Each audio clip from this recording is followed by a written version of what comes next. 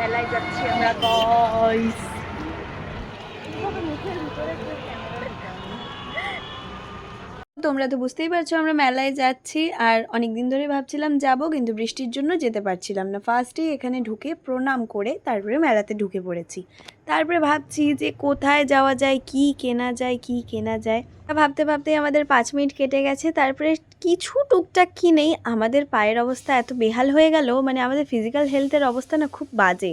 সেজন্য আমরা বেশিক্ষণ দাঁড়িয়ে থাকতেও পারছিলাম না। তারপরে এখানে আমরা আর্গুমেন্ট করছিলাম যে কার ফোনের ক্যামেরার কোয়ালিটি বেশি ভালো, এটা নিয়ে হাসাহাসিও করছিলাম, মানে আমাদের আলাদাই অবস্থা। তারপরে ওখান থেকে উঠে এই তো মেয়েদের তো একটা জিনিস আছেই, কানের দুল। যেখানেই দেখবো আমরা দাঁড়িয়ে যাব, কিন্তু অনেকটাই দাম বলছিল বলে আর কিনিনি।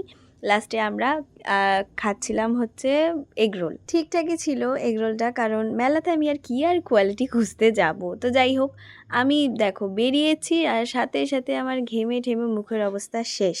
এই জন্য আমি গরমকালটা সহ্য করতে পারি না। দেখেছো মুখের অবস্থাটা কি? আমি যাই জিনিস কিনি মাঝখানে মাঝখানে আমি একটু কানের দুলের দোকানে ঢুকে যাই, কিন্তু দাম বেশি যেই দেখি প্রত্যেকটা দোকানে আর কিনি না। আর এই যে আমার হাতে যে জিনিসপত্রগুলো আছে আর স্নেহার হাতে যে জিনিসপত্রগুলো আছে সবগুলোই আমার। ও এবার কিচ্ছু কেনেনি, জানি না কেন। তারপরে যখন বেরিয়ে যাওয়ার সময় তখন ও জিলেপি কিনেছিল আর আমিও কিনেছি। আর সাথে সাথেই না আমরা বেরিয়ে পড়লাম, কারণ আমাদের অত ভিড়ভাড় জায়গা এখন সেরকম একটা ভালো লাগে না। যাই হোক, আজকের ব্লগটা এইটুকুই। পরের ব্লগে আবার দেখা হচ্ছে। টাটা।